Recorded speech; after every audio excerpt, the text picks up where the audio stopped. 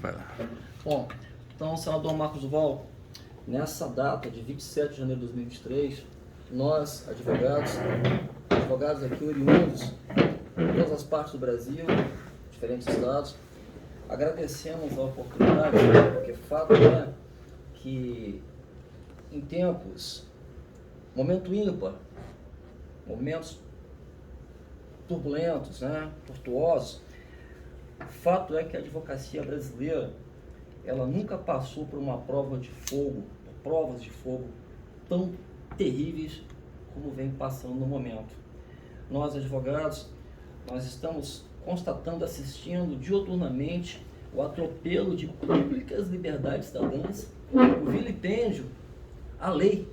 Quem tanto defende o Estado de Direito, o Estado democrático de direito, é triste para nós ouvir o discurso de defesa do Estado democrático de direito, mas as ações, elas são em contrário. Isso é incoerência do discurso, isso não se pode permitir. Então nós ouvimos mais cedo o relato aqui de advogados que têm clientes que estão presos, e para esclarecer a população que muitos daqueles que foram presos, que foram detidos, que foram humilhados, passaram e passam por situações constrangedoras, não estavam nem nos prédios públicos onde ocorreram os danos. Estavam acampados na frente de um QG do Exército, do quartel-general do Exército, e entrou todo mundo na mesma vala comum. Nós temos relatos aqui de mulheres que estão presas emprestando a calcinha para colegas porque não tem absorvente. Então uma está ficando sem calcinha para que a outra possa usar a outra calcinha com absorvente, e vão lavando, vão reaproveitando. Pessoas idosas, que teve um relato de uma advogada, senador, que um senhorzinho já, um sexagenário, um septuagenário, algemado, no outro custodiado da frente, ele talvez por não ter se acostumado ainda a andar com chinelo, porque no presídio ninguém usa bota, ninguém usa coturno, é chinelo, ele andando ali com dificuldade, colocou uma das mãos no ombro do custodiado que estava à frente, e veio o agente de segurança e socou a mão.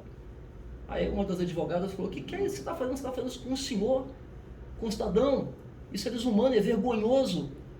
E o agente se sentiu envergonhado e foi lá e conduziu novamente a mão. É como se fosse um cego conduzindo o outro. Então o que nós estamos assistindo nos chega a concluir que uma tribo de bárbaros teria vergonha do atual estágio civilizatório ao qual chegamos no país.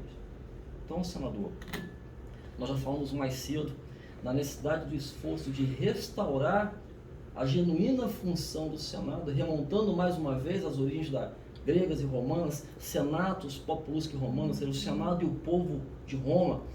Nós, advogados, confiamos que os senadores estarão à altura de fazer essa ponte entre Senado e povo brasileiro no restauro da lei, da ordem, das públicas liberdades cidadãs, e acredito, senador, que será imprescindível a instauração de uma comissão mista, uma comissão parlamentar de inquérito, com componente do Senado e da Câmara para apurar as responsabilidades. Nós não falamos aqui do assassínio de reputações, do assassinato de reputações, como tem sido feito, mas como tem tratado oficiais das Forças Armadas, com mais de 40 anos de bons serviços prestados. Existem delegados de polícia, existem agentes públicos que têm cometido abuso, e a sociedade, a população brasileira merece e deverá saber quem são essas pessoas, seus nomes, seus CPFs, suas identidades funcionais. Não falamos aqui do assassinato de reputações, mas sim de responsabilidade, que as responsabilidades elas sejam para todos os lados, para que haja, sim, o restauro e a hegemonia da lei, se de fato defendemos a existência do Estado de Direito, de um Estado democrático de direito. Nós, advogados, aqui, nós não representamos a classe, representamos o esforço que cada um vem desempenhando aqui em Brasília, e anteontem no STF, toda a dificuldade para ter acesso aos autos.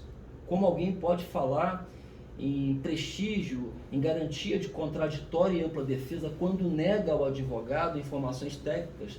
E como advogado, eu não faço meu trabalho com adivinhação, com achismo, não jogo dadinho, meu trabalho é eminentemente técnico. Agora, como nós podemos desenvolver o nosso trabalho de forma técnica se o mínimo de informações não nos chega.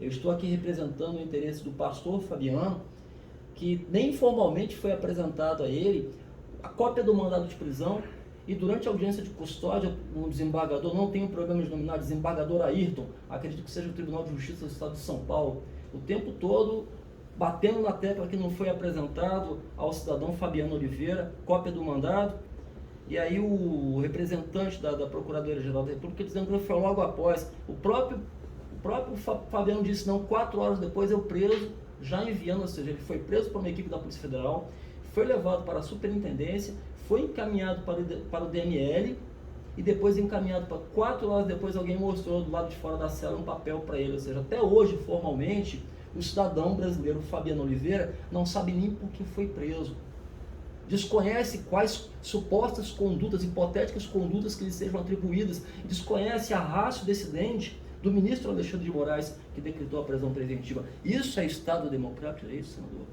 Isso é Estado de direito? Certamente não haveremos de concordar. Eu falei, é incoerência do discurso. Como perpetrar atos elencando discurso de defesa do Estado de direito, de democrático de direito, quando públicas liberdades cidadãs, quando a lei, quando garantias materiais e processuais são violadas. É o dizer, faça o que eu digo, mas não faça o que eu faço. É o pecado que não se pode permitir ao jurista.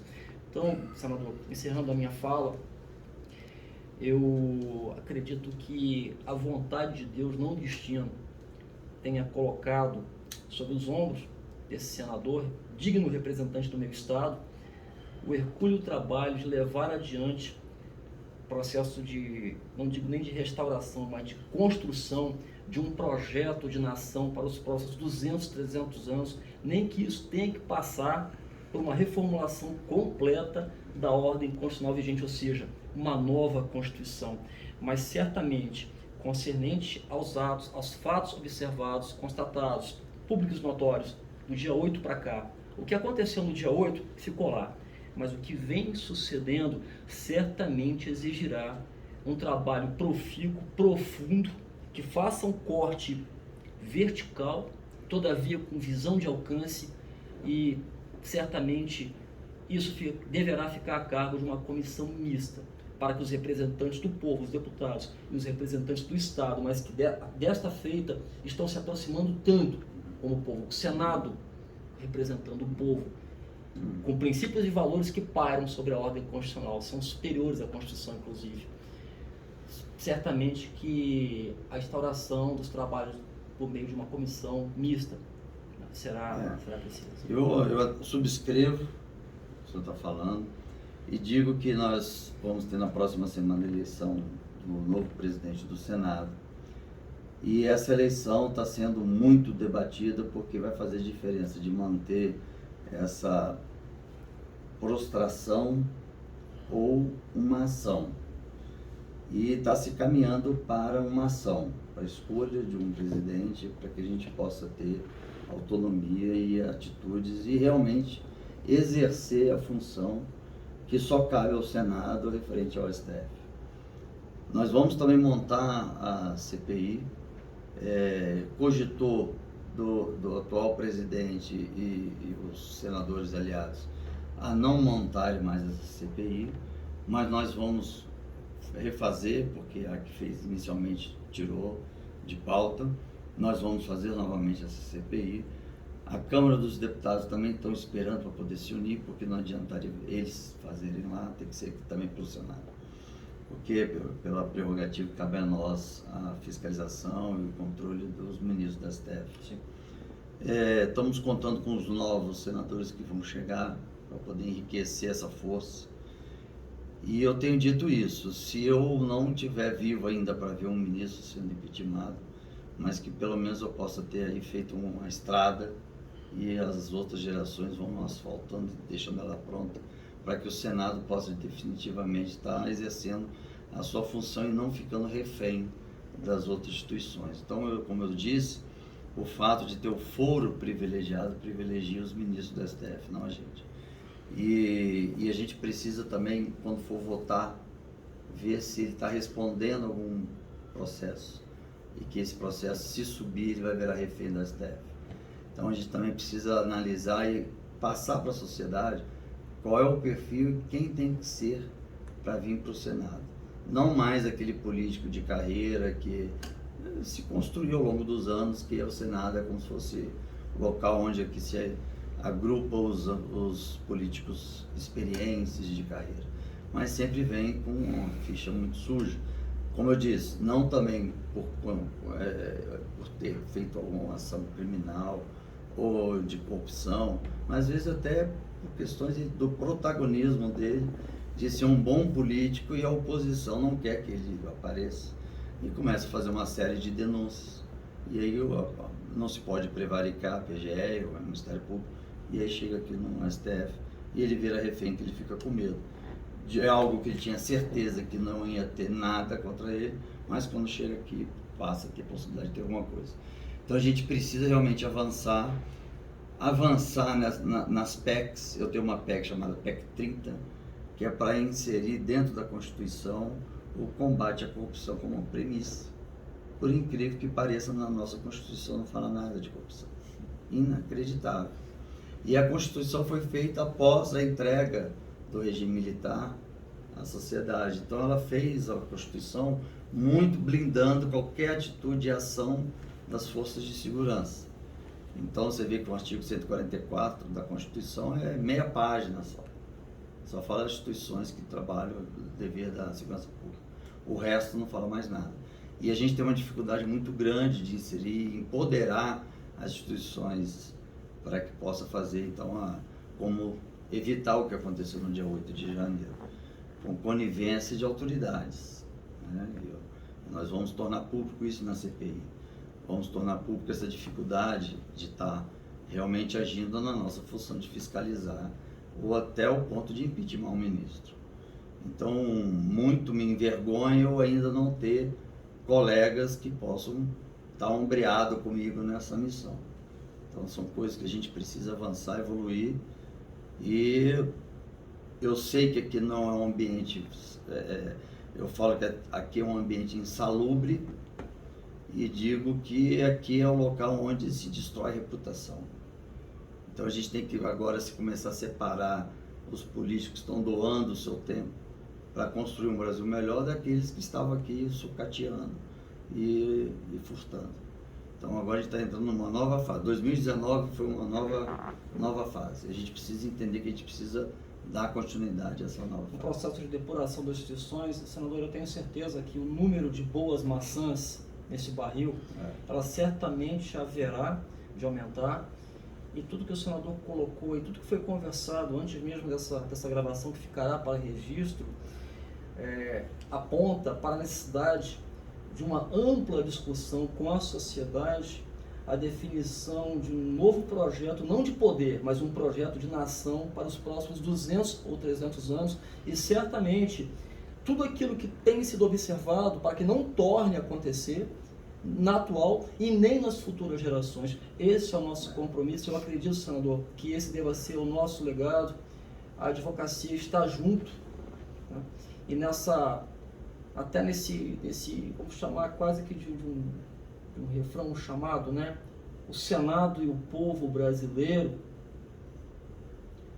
Que Deus nos ilumine, que ilumine a todos nesse trabalho de construção, não de reconstrução, de construção de uma outra república, de um outro país, em que não haja a mínima possibilidade de ocorrência do que nós temos visto. Eu torno a dizer, abusos que têm sido cometidos, eu falei mais cedo, né, da Convenção de Genebra, e o senhor como senador, um homem da área de segurança, sabe que em caso de beligerância, tropas aerotransportadas não podem alvejar a população civil que esteja no solo, mas nós vemos aqui helicópteros das forças de segurança, né, alvejando, ainda que a munição não é letal, mas não pode.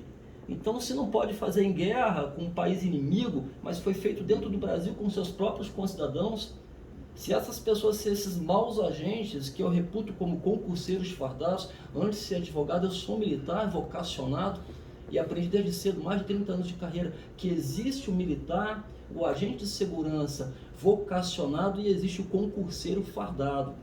E nesse meio, inclusive, os bandidos. Senador, eu digo, não existe pior criminoso do que o bandido fardado ou aquele que se esconde por trás de um distintivo. Esse é o pior tipo de criminoso. E eles existem. Né? Então, torno a dizer, lamentavelmente, nós temos visto o assassinato de reputações que tem sido feito.